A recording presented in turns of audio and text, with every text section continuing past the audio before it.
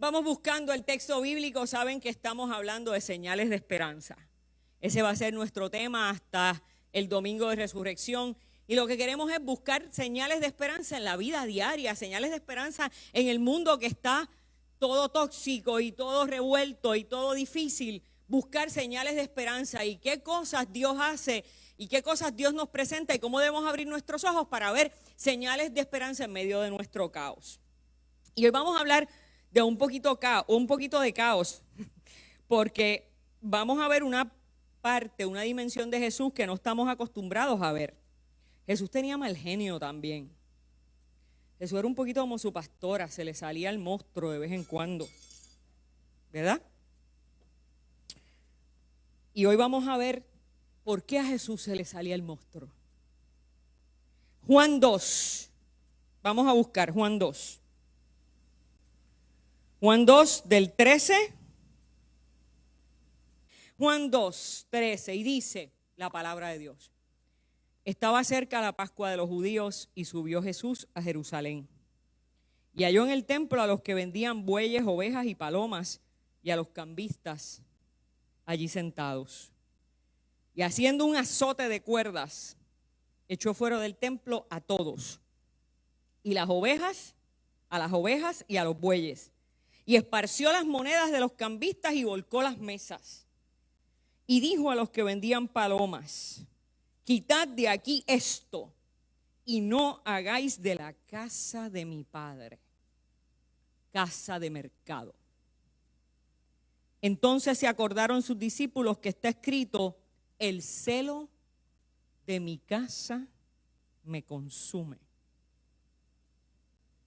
El celo de mi casa me consume. Y los judíos respondieron y le dijeron: ¿qué señal nos muestras ya que haces eso? Respondiendo Jesús les dijo: destruyan este templo, vamos, échenlo abajo y en 3 días lo voy a levantar. Y los judíos dijeron luego: en 46 años fue edificado este templo y tú te crees que en 3 días lo vas a levantar. En otras palabras, qué arrogante eres. Mas él hablaba del templo de su cuerpo. Por tanto, cuando resucitó de entre los muertos, sus discípulos se acordaron que había dicho esto y creyeron la escritura y la palabra que Jesús había dicho. Señor, añada bendición a su santa palabra. Qué pena que mi hijo no está aquí. Y ayer estábamos en otros menesteres y le dije que iba a hablar de él, pero no le dije, y él se asusta cuando yo le digo que voy a hablar de él. Pero no le pregunté lo que le debía haber preguntado, pero no importa, sigan con mi intuición. Cuando mi hijo era pequeñito, le encantaba ir a casa de mi papá y mi mamá en Camuy. Nosotros casi todos los fines de semana íbamos allá, parábamos en Manatí a ver los abuelos paternos y seguíamos hacia casa de papi y mami y nos quedábamos allá. Y volvíamos y hacíamos lo propio de regreso. Pero ustedes saben lo que pasaba cuando íbamos a regresar el domingo, que nos partía el corazón. Eso mismo, Guille. Eso mismo. Ustedes ven que Guillermina es mi apuntadora. Es como si ella estuviera desde ayer conectada. Y tú también. Tú pusiste una cosa ahí en Facebook y yo decía, ¿pero qué hace Reina anticipándome el sermón? A nosotros nos rompía el corazón porque ustedes saben lo que hacía Juan. Ustedes saben que uno le pone el carrito, el asientito, ¿verdad? En el asiento de atrás.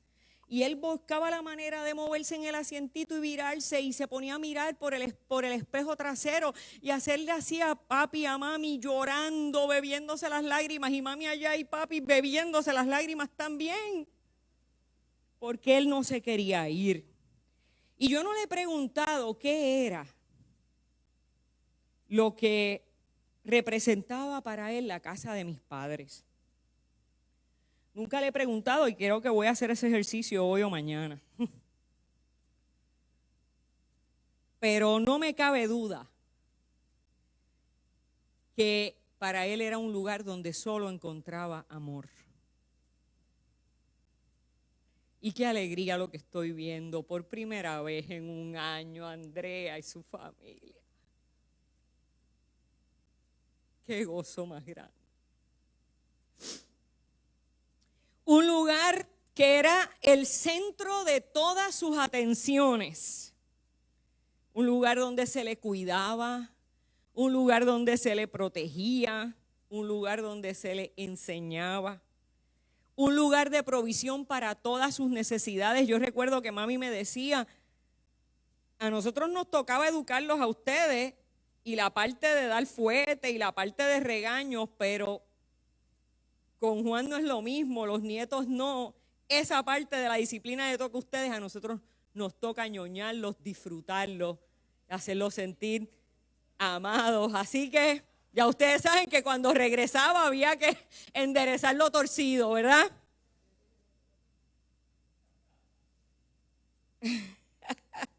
Y usted sabe que la casa del Padre es tan especial y tan significativa que los primeros pasos de mi hijo los dio en casa de mis papás. Recuerdo que se agarraba de las paredes y un día se agarró de una puerta de screen que había y ahí hizo a tientas así, se soltó un poquito y se viró y dio sus primeros pasitos solo. Así debe ser para nosotros la casa del Padre. Andrea, bienvenida, familia, bienvenidos. Les amamos. Qué alegría.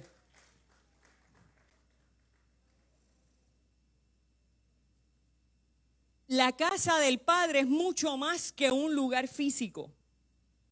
La casa del Padre es el corazón de Dios. La casa del Padre es el corazón de Dios a donde todos podemos ir cuando estamos heridos, indefensos, enfermos, necesitados. Y es triste porque a veces las personas nos creemos administradores de la casa del Padre. Óigame bien. A veces las personas en las iglesias nos creemos administradores de la casa del Padre. Y eso no es tan malo. El problema es cuando le aplicamos los criterios de este mundo a lo que pertenece al reino de los cielos. Ahí es que está el problema. La casa del Padre no se administra con las reglas del mundo. La casa del Padre tiene otro librito. La historia bíblica, mire, y voy a ir un poquito atrás, aquí voy a dar un mini estudio bíblico, téngame paciencia. La historia bíblica con respecto al templo comenzó tan atrás como en el libro del Éxodo, en tiempos de Moisés. Recuerdan que el arca era donde ¿qué? Donde se guardaban los rollos de la ley, y esa arca era ¿qué? La presencia de Dios que caminaba con el pueblo. Ahí estaba Dios. ¿Sabe qué? El pueblo y Dios caminaban juntos. Qué bello, ¿verdad? El pueblo y Dios caminaban juntos. Yahvé era el Dios del pueblo. Y los israelitas eran el pueblo que los seguían. Otra gente, otras naciones tenían dioses que de piedra, de madera, de oro, construidos, templos fijos, estáticos. Mientras que el pueblo de Dios tenía un Dios que ¿qué? Que caminaba con ellos. Pero los seres humanos tendemos a desafiar el orden de lo divino. Y ahí es cuando entramos en serios problemas. Dios, desde que sacó al pueblo de Egipto, iba envisionando un pueblo libre de constructos religiosos que pudieran, un pueblo que pudieran vivir en una relación íntima con Él en todo tiempo. Pero en la medida que el pueblo, ahora libre, fue conociendo los otros pueblos de la tierra, ¿qué le pasó? La envidia mata. Usted no ha visto las historias de la familia, que siempre la familia del vecino es mejor que la de nosotros. Sí, la casa de Enid es mejor que la mía. La familia de Enid es mejor que la de nosotros. Y entonces nosotros estamos, pero mami, pero mira que el papá del vecino, que allí se cocina mejor, que allí los tratan mejor, que allí los aman más. La grama siempre está verde para nosotros, ¿dónde? En casa del vecino. Pues así fue el pueblo, ¿sabe? Y en 1 Samuel 8-5 nos cuentan que le pidieron un rey. ¿Pero por qué le pidieron un rey? Porque querían ser como los otros pueblos de la tierra. ¿Y qué le dijo Dios?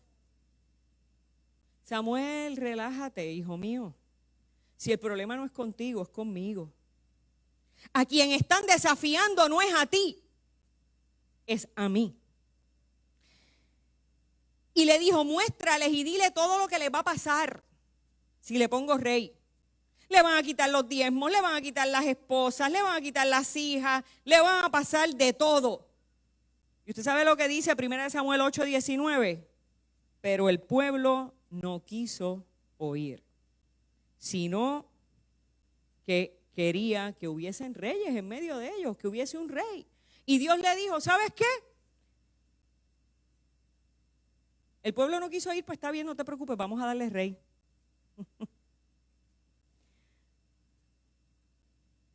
El pueblo quería ser como todas las naciones de la tierra. Y que ese rey saliera a pelear por ellos y los representara y a ganarle las batallas. Mire lo distinto, el rey es el que va a ganar las batallas. ¿Quién era que ganaba las batallas para el pueblo antes? Dios, Jehová, ¿verdad? Ahora, si había rey, ¿quién era el que iba a ganar las batallas? El rey. Entonces, pues eventualmente, ustedes saben toda la historia, lo que pasó con Saúl y no sé qué cuánto, y llega David. Y David les ganó muchas batallas, hizo cosas grandes, hizo cosas también terribles. Y cuando David ya estaba asentadito, cuando las cosas estaban bien y la cosa estaba próspera, David dijo, ay caramba, ¿cómo es posible que yo vivo tan bien, en tanto esplendor? Y Dios no tiene una casa tan chula como la mía, o mejor. Y en 2 Samuel 7, David le dice al profeta Natán, Natán, yo estoy viviendo tan bien, ¿cómo entonces no le voy a construir una casa todavía mejor a Dios para que habite en medio nuestro? Y Natán, y oiga, ojo, los que se la guillan de Natán, Natán sin pensar, le dice, dale para adelante, haz lo que tú quieras, haz lo que esté en tu corazón, construye. Y le dice más Natán, oiga esto, para los que se la guillan de Natán, le dice, y cuentas con el apoyo del Señor. Pero ¿usted sabe lo que le pasó? Le pasó que cuando se fue a dormir, Dios le dijo, Natán, noticia te tengo. Oiga lo que dijo el Señor. Desde el día en que saqué de Egipto a los israelitas hasta hoy, hasta el presente, nunca, ¿qué quiere decir nunca? Nunca he habitado en templos, sino que he andado en simples tiendas de campaña. ¿Me oyó? En simples tiendas de campaña. ¿Quién era el que quería un templo grande y ostentoso? David, porque Dios estaba bien feliz con caminar en simples tiendas de campaña. En todo el momento que anduve con ellos, jamás, oiga bien, esto lo dice el Señor, no Ibeliz, jamás le pedí a ninguno de sus caudillos, a quienes puse para que gobernaran a mi pueblo Israel, que me construyera templo de madera de cedro. Mire, Dios no necesita templo. Dios estaba feliz de caminar entre nosotros y de tener esa relación de intimidad con su pueblo. Era David el que quería hacerle templo. Mire, y Dios lo dice, Dios le dice, tú no lo construirás. Es más, lo hará tu hijo. ¿Y sabes por qué le dijo que lo iba a construir su hijo? Porque será una manera de establecer la descendencia del trono de David para siempre. ¿Hasta quién? Hasta Jesús. Así que esa descendencia se convertiría en la prueba de que el que habría de venir a reinar por toda la eternidad era descendiente de David. A lo que David contesta, porque David metía la pata y después se daba cuenta y se arrepentía y era humilde. Se supone que, ¿verdad? Ese sea nuestro ejemplo de David, no la poca vergüenza, sino la humildad para reconocer cuando cometió el error. Y le dice, y tan poca cosa que te ha parecido esto, Señor y Dios. Tan poca cosa que te ha parecido que yo te quiero construir un templo espectacular. Y por el contrario, lo que has hablado es del porvenir de la dinastía de tu siervo y me has mirado como a un hombre de posición elevada. O sea, Dios mira la cosa, ¿verdad? David lo quiere ensalzar y Dios ¿qué hace? Ensalza a David. Y Dios le dice, es que yo no lo necesito, pero mire cómo usted va a querer contener a Dios dentro de 4 paredes cuando Dios está por encima de todo lo creado. Eso es como reducirlo. En lugar de nosotros querer ensalzarlo, ¿qué es lo que estamos haciendo? Minimizándolo, trayéndolo a nuestra esfera humana que es completamente limitada cuando Él es el alfa, la omega, el principio y el fin, el que está por encima de todo lo creado. En otras palabras, Dios no le da importancia a la gran idea de David de construirle un templo. Dios cambia la idea. Porque Dios a lo que le va a dar importancia es al establecimiento del linaje de David hasta donde va a llegar Jesús, y Jesús se va a convertir en el templo de Dios. En Jesús habita ¿qué? Toda la divinidad de Dios. Para que usted y yo lo podamos ver sin morir. Nuestro conocimiento limitado nos va a llevar siempre a tratar de aplicarle a las cosas del reino de Dios las estrategias de los reinos del mundo. Eso es una tendencia humana. Lo voy a repetir. Nuestro conocimiento limitado, humano, nos va a llevar siempre a tratar de aplicarle a las cosas del reino de Dios las estrategias de los reinos de este mundo. Y es por eso que cometemos grandes errores. Porque si para nosotros como para David el templo físico es la garantía de la presencia de Dios en medio del pueblo, entonces, ¿qué pasa si no hay templo? ¿Qué pasó cuando nos encerraron? ¿Qué pasa si no hay templo? Peor aún, ¿qué pasa cuando los administradores del templo corrompemos el sentido original del templo? Uy.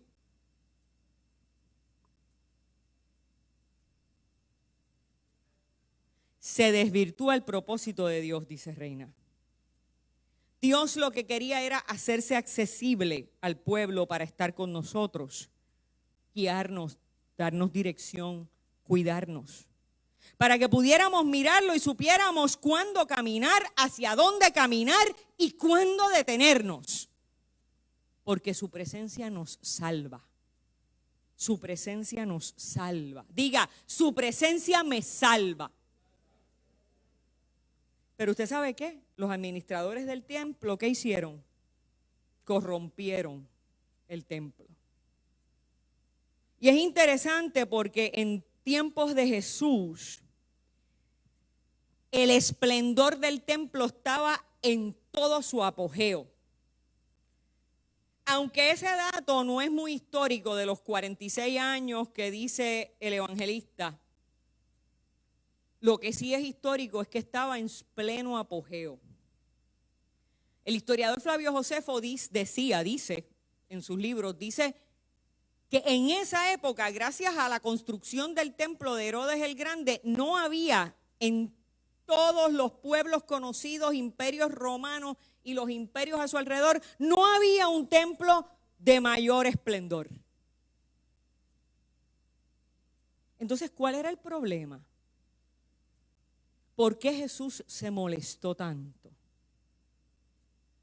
Ya le di todo el caveat, ya le di toda la historia. Ahora es que podemos entonces empezar a hacer una lectura un poco más correcta de por qué Jesús se molestó tanto. ¿Por qué Jesús se puso celoso por la casa del Padre? El tipo de corrupción que encontró Jesús en el templo, ¿usted sabe de qué corrupción se trataba? Del apego al dinero.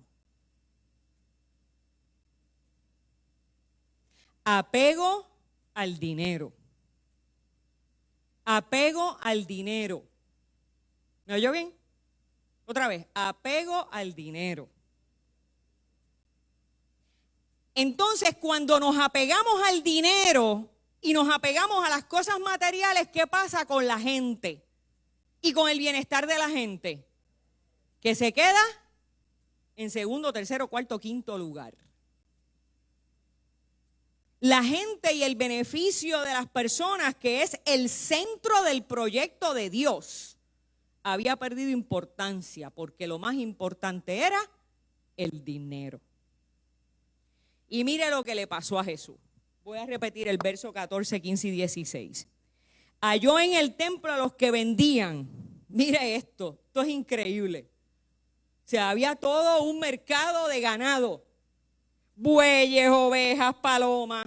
Pero olvídese de eso porque mire, últimamente eso era para llevarlos y sacrificarlos para el perdón de los pecados de la gente. Está bien, vamos a bajarle 2 como dicen los muchachos. Pero estaban los cambistas también allí sentados. Y a Jesús le da el celo, ese coraje que nos da las mamás cuando llegamos de habernos ido de weekend y los hijos hicieron un party y no nos dijeron nada y la casa está patas arriba. Y haciendo un azote con cuerdas, echó fuera del templo a todo el mundo, incluyendo, bendito, las ovejas y los bueyes. Y esparció las monedas de los cambistas y volcó sus mesas. Y dijo a los que vendían las palomas: quitad de aquí esto y no hagáis de la casa de mi padre la casa de mercado.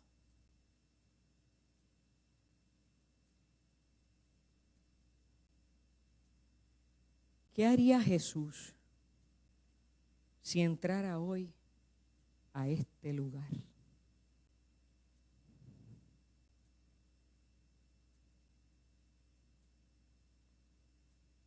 ¿Qué haría Jesús si entrara hoy a nuestros templos?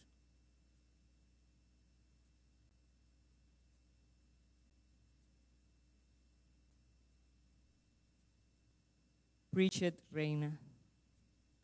Limpiar la casa, dice reina. Yo no lo dije, lo dijo reina. Yo quiero que siempre estemos preparados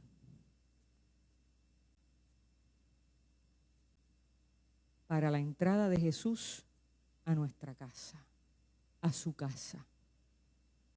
Es más, yo les voy a lanzar un reto. Cuando usted vaya llegando, antes de usted bajarse del vehículo, mire hacia acá todos los días que venga y diga: ¿y si Jesús entrara? ¿Qué haría? Jesús se sentiría orgulloso de la casa del Padre. Claro, para eso hay que saber qué era lo que motivaba a Jesús y qué es lo que Jesús espera de la casa del Padre. Cuando Jesús entró al templo, el templo estaba lleno de cambistas. ¿Qué son cambistas? Pues mire, si usted ha viajado alguna vez y ha ido a un lugar donde hay dinero, donde se usa dinero que es otra moneda, no moneda de Estados Unidos, usted tiene que ir a una casa de cambio. a cambiar el dinero. Pero eso tiene un truco. Y eso es un truco que hace más ricos a unos y más pobres a otros. Sí. Y en ese entonces era peor todavía. ¿Por qué? Porque el pueblo tenía que trabajar para ganar en monedas romanas. Bendito, y lo que el pueblo se ganaba en monedas romanas era un par de perras prietas y de dimes. Y entonces cuando llegaban al templo, esos sinvergüenzas cambistas y mercaderes le decían, eso no sirve aquí, aquí se paga con moneda del templo. Pero ¿qué era lo que estaban haciendo esos sinvergüenzas?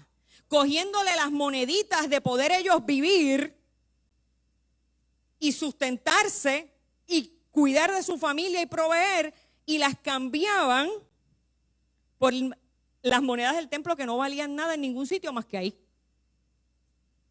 Y encima de eso le decían, y ahora si tú tienes ovejitas y cabritos y de todo y palomitas para traerlas, no, las tuyas no sirven. Tienes que cambiar tus moneditas romanas por las monedas del templo que después de afuera de aquí no sirven para nada, para que entonces tú nos compres a nosotros las ovejas, los cabritos y los bueyes.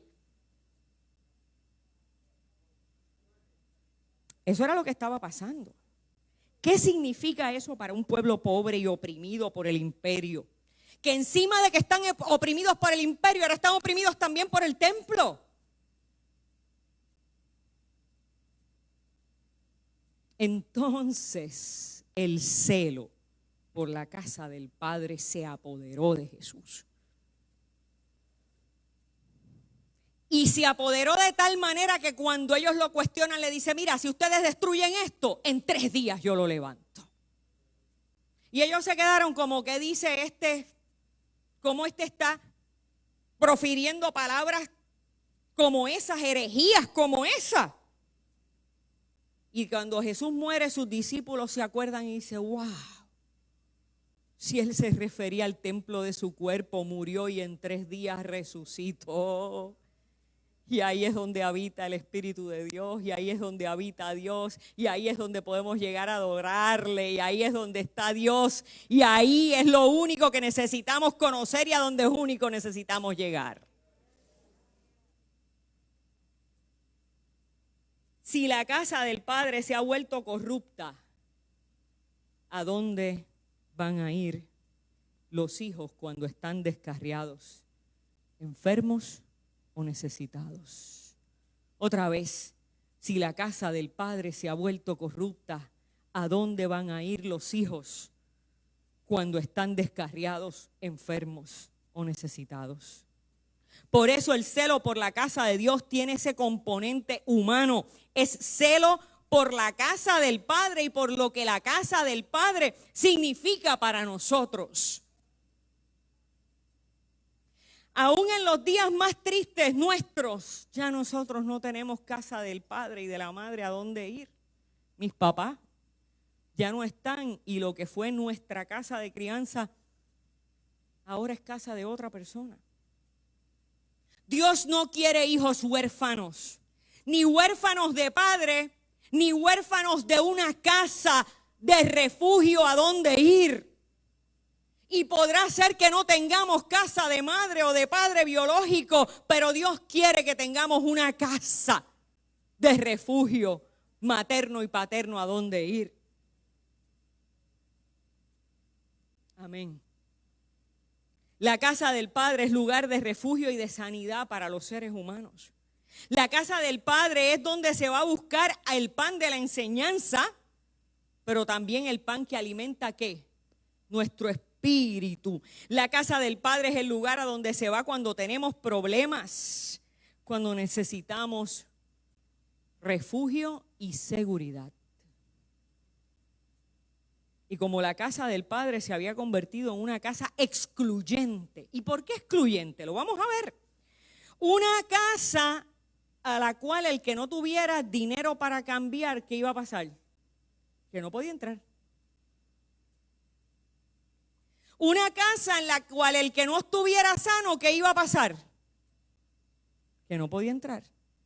Que no está sano no podía entrar. Y usted sabe lo que pasaba. Mire, era peor aún. ¿Usted no se acuerda que en los evangelios Jesús en algún momento cuando hace los milagros de sanidad, le dice, ahora ve y págale al sacerdote lo que tiene que pagarle para que legitime tu milagro? Mire cómo es posible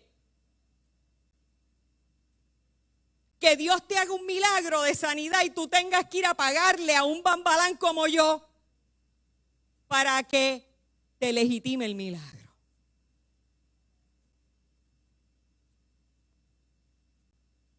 Eso era lo que ponía a Jesús, ¿qué? Celoso por la casa del Padre, furioso por la casa del Padre. La casa del Padre se había convertido en un lugar excluyente, en un lugar de atropello al hombre y la mujer en necesidad. Pero ¿sabe qué? Eso no se queda ahí. Si eras extranjero, tampoco podías entrar.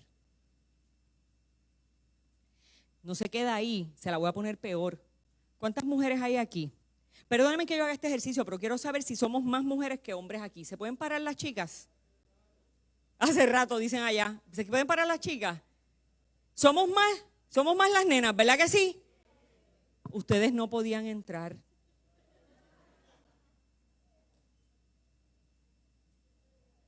Si estaban en menstruación, menos, ni cerquita. Y si no, pues es muy probable que ustedes pudieran estar en el salón capilla. ¿Ok? Miren que el 8, mañana celebramos el Día de la Mujer, el Día Internacional de la Mujer Trabajadora, pero no me voy a ir por ahí. Una casa con tantas restricciones no puede llamarse casa del Padre. ¿Me oyó? Una casa con tantas restricciones no puede llamarse casa del Padre. Porque la casa del Padre es a donde usted sabe regresar aunque se haya extraviado. Mire, la casa del Padre es como mi GPS. Cuando yo estoy lejos de mi casa, el GPS siempre se cree que yo voy para casa. Y lo primero que me dice es 15 minutos para Duque 1018. Y yo le digo, chicos, yo no voy para ahí, hoy voy para Plaza de las Américas, hoy voy para Levitown. La casa del Padre es a donde intrínsecamente nuestro corazón herido, lastimado, solo y enfermo y extraviado nos dirige. Dígale, ay, gloria a Dios al Señor por eso, por favor.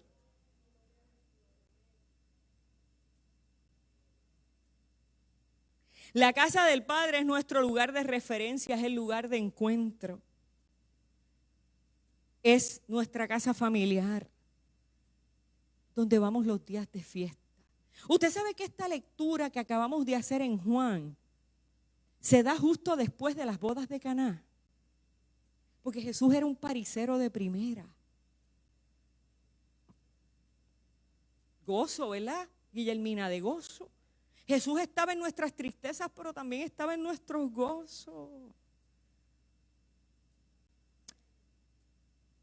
La casa familiar es a donde se va en los días de fiesta, en los días de cumpleaños, en los días de Navidad, pero también es a donde se va para sanar nuestras heridas. Es donde se lloran nuestras pérdidas y es donde se celebran también nuestros nacimientos. ¿A dónde vamos después de un entierro de un ser querido?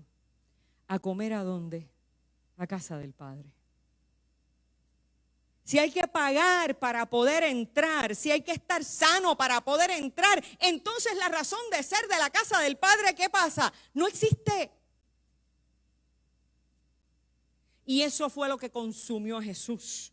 El celo por un concepto de templo que representaba una presencia accesible de Dios, que representaba el anhelo de Dios de estar en medio de la gente. ¿Pero de qué gente? Mi gente. De gente que sufre, de gente que llora, de gente que está excluida, de la gente que está en pecado, de la gente que está perdida y de la gente que necesita orientarse otra vez. Y lo que era peor, los mercaderes y cambistas estaban avalados ¿por quiénes? Por gente como yo. Por el clero, por los sacerdotes, por los levitas, por los administradores del templo. Esos eran los que le daban permiso, porque después que hacían el cambio le tiraban su cambiecito también a ellos.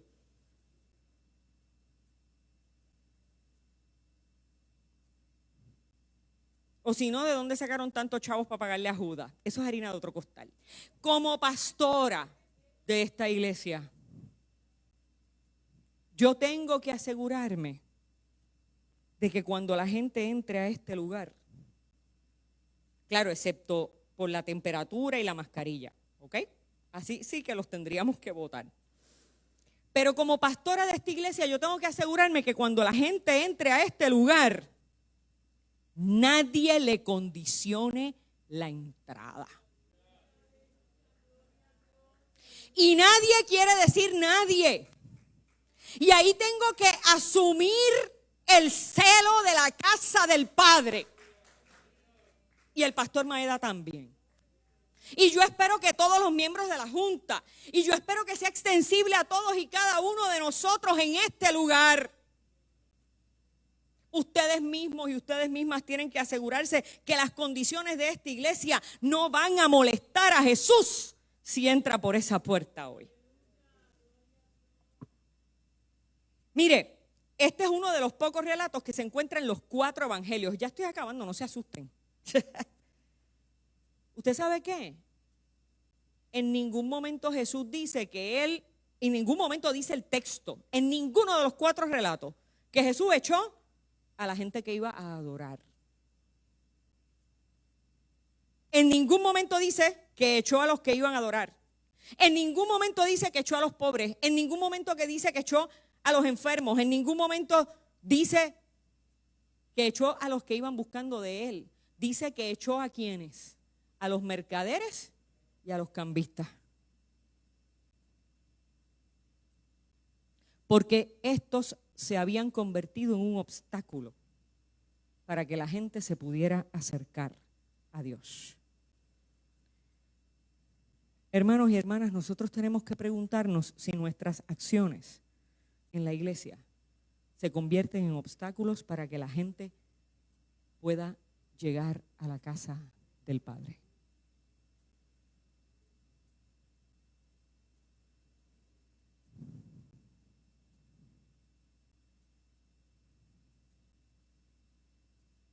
Si cuando nosotros llegamos a este lugar, una vez en mi caso hace 6 años, en su caso hace 10 o 15 o 20 o 4 o 3 o 2. Si cuando nosotros llegamos aquí rotos, hechos pedazos,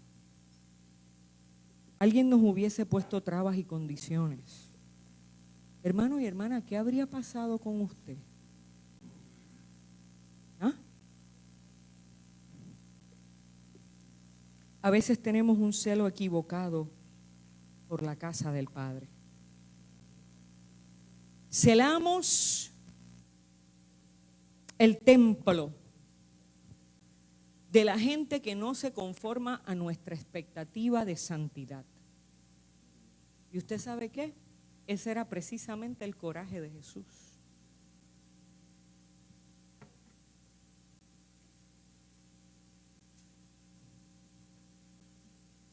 El celo de Jesús por la casa del Padre lo llevó a la cruz.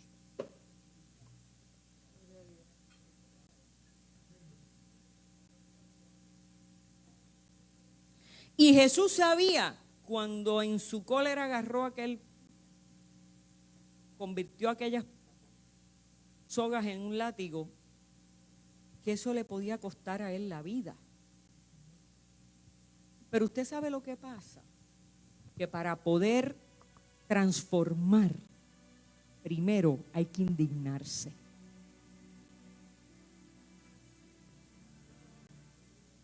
Para poder transformar el corazón de la religión judía, había que comenzar por transformar la adoración en el templo. Aquí. Los trapos sucios, me enseñó mi mamá, Se lavan primero ¿dónde? En la casa. Si no le sale la manchita, va al laundry. Pero primero se lavan aquí. Así que Jesús sabía que para transformar el corazón del pueblo había que transformar el corazón de la religión judía. Había que comenzar resolviendo el problema de la accesibilidad a Dios. De Dios haber sido un Dios presente en el caminar de la vida, se había convertido en un Dios difícil de accesar. Por eso, la transformación comienza con indignación. Si usted le da lo mismo, si aquí dejamos entrar a un borracho o dejamos entrar a un adicto o no lo dejamos entrar o no, y usted ni se fija, ahí no hay indignación ni celo por la casa del Padre. La transformación requiere indignación por lo que no está bien.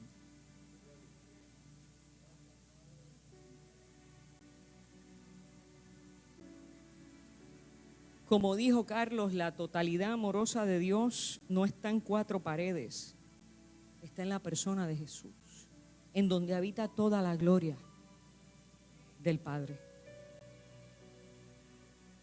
De ahora en adelante, de este momento en adelante, y como muy bien Jesús se lo expresó a la mujer samaritana en este mismo evangelio de Juan, 2 capítulos más adelante, el cuerpo de Jesús es el lugar donde la gente y Dios se encuentran. La persona de Jesús es el lugar donde la gente y Dios se encuentran. Mire, no le dé tanta importancia a cuatro paredes, porque desvía nuestra mirada de lo que es verdaderamente importante. ¿Qué hicimos?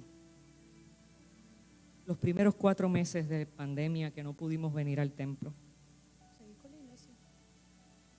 Tercita dice seguir con la iglesia. Yo te pregunto, ¿nos quedamos sin Dios? En un momento. Dios se hizo inaccesible. Al revés, se vino con nosotros también. Si nuestra religión es religión del templo, cuando no hay templo, no hay Dios. Se metió en casa. Si nuestra fe está basada en Cristo, donde quiera que esté el Espíritu de Dios, ahí está Dios. Donde quiera que esté el Espíritu de Jesús, ahí está Dios. Hermano y hermana, hoy es día de regresar a la casa del Padre. Jesús se ha hecho lugar de adoración. Si nos acercamos a Jesús, nos acercamos al lugar de restauración, al lugar de sanidad. Hermanos y hermanas, a veces hay decisiones en favor de lo que Dios desea que pueden costarnos, como a Jesús, la muerte, la reputación, la vida. Pero tenemos que hacerlo por una convicción mayor.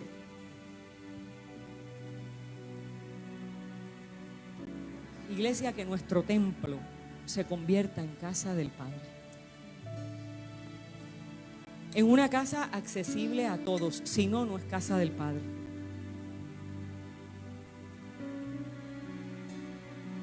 Que nuestros recursos económicos, materiales y espirituales se pongan a la disposición de aquellos y aquellas que necesitan regresar a la casa del Padre.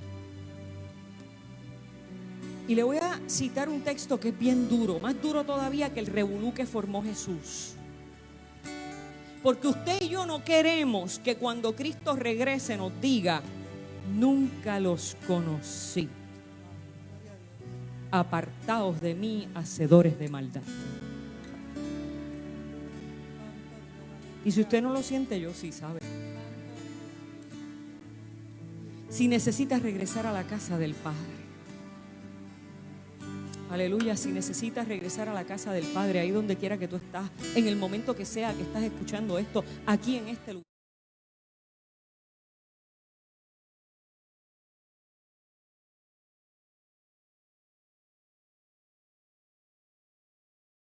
Si tú necesitas regresar a la casa de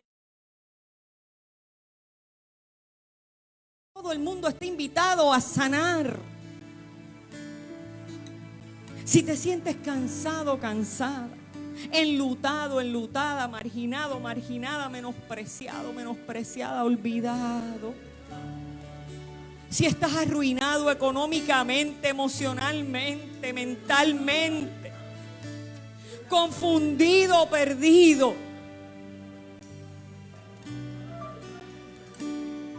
En la casa del Padre hay un lugar para ti.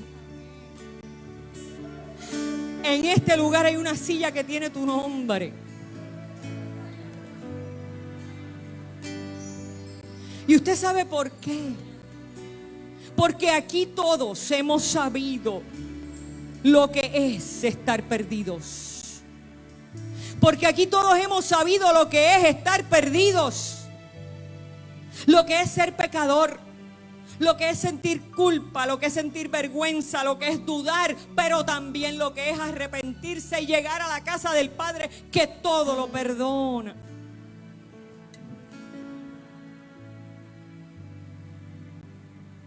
Por eso, hermanos y hermanas, podemos recibirte con el amor de Dios y con el celo de Jesús por la casa del Padre.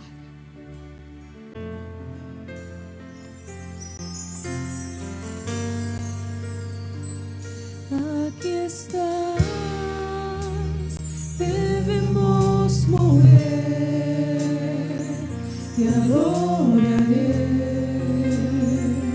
te adoraré. Aquí estás, orando en mí, te adoraré, te adoraré.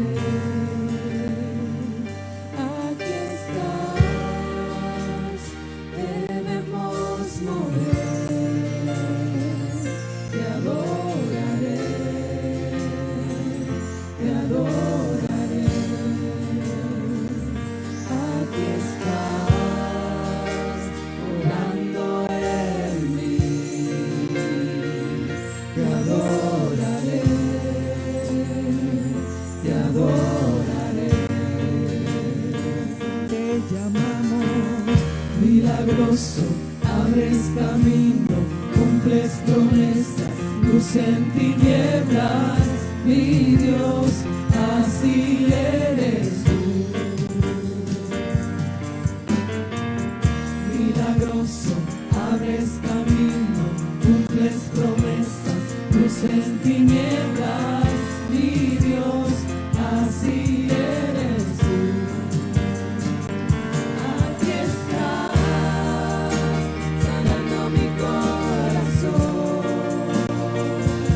adoraré.